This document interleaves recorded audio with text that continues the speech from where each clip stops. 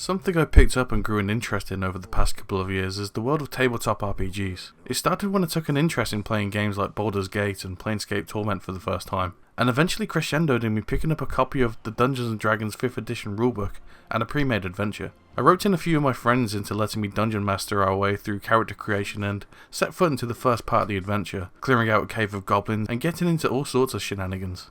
I got rather familiar with the basic rules of the game and started to understand the little intricacies of the way the game works.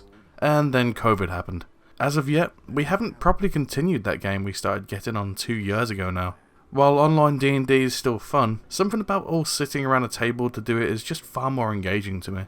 It's something I've missed over the isolation age of our current situation, truth be told. My appetite for a D&D-like experience established, I looked to see if there were actually any games using the newer version of the rule set that exist. Especially with the quite recent resurgence of CRPG games in the market now since the success of Pathfinder Kingmaker and Pillars of Eternity. To my surprise, there's basically no current games that make much use of the rule set, aside from two, Baldur's Gate 3, and the subject of this video, Solasta Crown of the Magister. Now, the dynamic between these games is a bit of a classic one, if we look at the history of classic D&D titles. Baldur's Gate 3 is obviously the big budget, very story-driven blockbuster adventure, much as its BioWare-developed namesake would imply. Solasta, on the other hand, is more akin to Icewind Dale, where the story was less important but more an excuse for you to take a fully customised party on an adventure and engage with the gameplay in earnest. To me, this comparison is unquestionable. Solasta was developed with gameplay in mind first, aiming to as accurately as possible emulate the tabletop experience, and since Baldur's Gate 3 is still in early access until at least next year at this point, I took the plunge with Solasta to scratch that tabletop itch I've been having. A thing to bear in mind going forward is that at the time of writing this, I haven't finished the game. I'm several hours in and cleared a few dungeons, which is why I'm calling this as much a first impressions video as a review.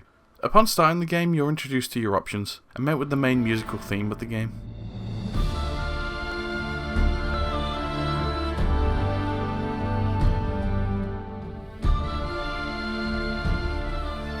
The music in general in this game is good, if a little forgettable.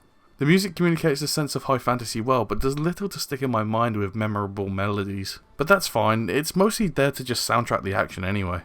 Your options include the usual new and load game of course, but you can also make your own custom characters or dive into custom dungeons. I haven't touched the custom dungeons yet, but I think the option alone is a positive one.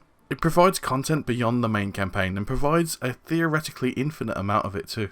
Character creation is where I recommend you start though. Creating a character is a lot of fun and is the start of the faithful adaptation of the tabletop game. Classes and races are lifted from D&D 5th edition, but they're also homebrewed a lot too. This is due to the limit of the license that the team at Tactical Adventures has, SRD 5.1 rule set, which provides a base to build your own original ideas up from rather than have every aspect pre-built. So what does that mean for character creation? Well, there's a limited number of races to choose from, but ones that are designed for the specific setting of Solasta. This means no tieflings, orcs or dragonborn. A lot of the sub-race options are also unique to this setting, such as the two different types of halfling. These limitations and homebrews extend to the class selection too. Most of the common archetypes are here, but of note there's no warlock, druid or bard. There was no sorcerer either until a recent patch which came out after I started the game. This isn't a problem of course, Tactical Adventures is a small developer, and it's smart of them to limit the amount of classes in order to rein in the scope of the project. Classes appear to be built in the exact way that you would do so in a tabletop setting. There's usually a couple of archetypes within each class with different branching paths as you level up, and you're able to preview those branches just like you would if reading out of the player's handbook. Again, a lot of this is homebrew, like a green mage subclass for the wizard. You even assign stats like you would in a tabletop game. With random rolls you can freely assign to your 6 major stats. You can also use the point buy system instead, but I feel that's less interesting. Creating the look of your characters is definitely where the lower budget of the game starts to show itself. Your created characters can look okay, but for the most part they're going to look like they're wearing bad wigs or stuck on stiff beard props. It's an aspect of the game I'm happy to overlook, but I know for sure that there's people who would be put off by the look of the characters here. I don't fully agree with those people and would argue that it's a bit unfair to expect amazing visuals from every game you play, but I'm not one to change people's minds either. It's not a detailed character creator, but it doesn't really have to be, I think. You can choose from 3 different voices for your character which have slightly different personalities, which I think are also altered by your character's alignment too. At least I think their spoken lines in-game vary depending on alignment anyway.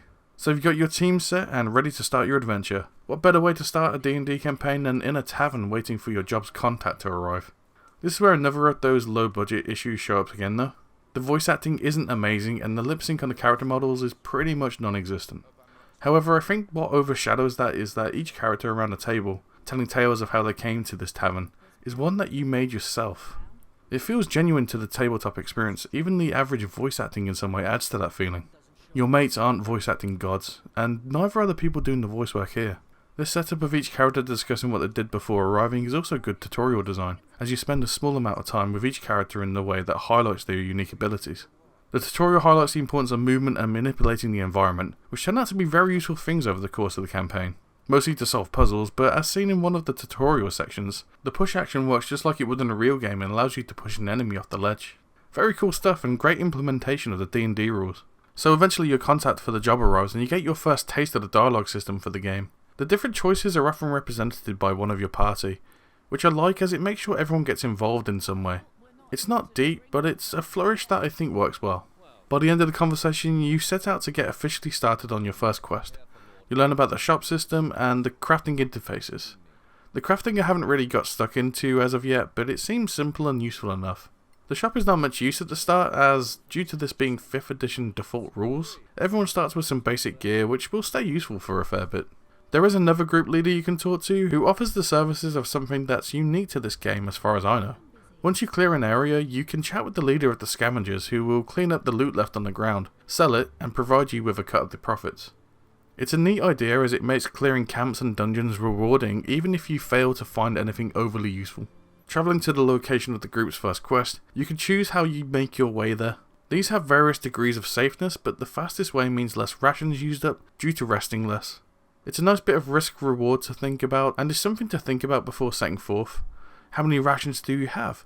Is it worth risking running into more trouble? Either way, you arrive and one of my favourite aspects of the game comes to light. Dice rolls are used often and are exposed to the player.